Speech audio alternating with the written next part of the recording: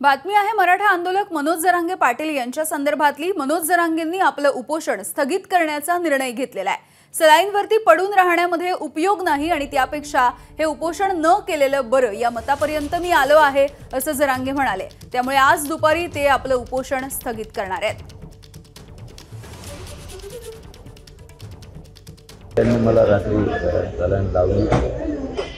माझा हट्ट होता की नको, तुम्ही तुमच्या या मायापोटी समाजाला मिळत आलेलं मिळणार नाही। बेगरीपणाचं आंदोलन उपोषण किंवा काही असू मी नाही करू, त्याचं चिंतन नाही केलेलं बरं या मतावर मी आलं। माझ्या डोक्यात मी असं आलं की हे आपल्या सलाईन लावत राहणार आहे, आपण पडत राहणार आहे, आपण दुपारी उपोषण स्थगित करू। त्यांना 1 महिन्याचा वेळच पाहिजे होता ना, असा करूनच राहणार होता वेळ।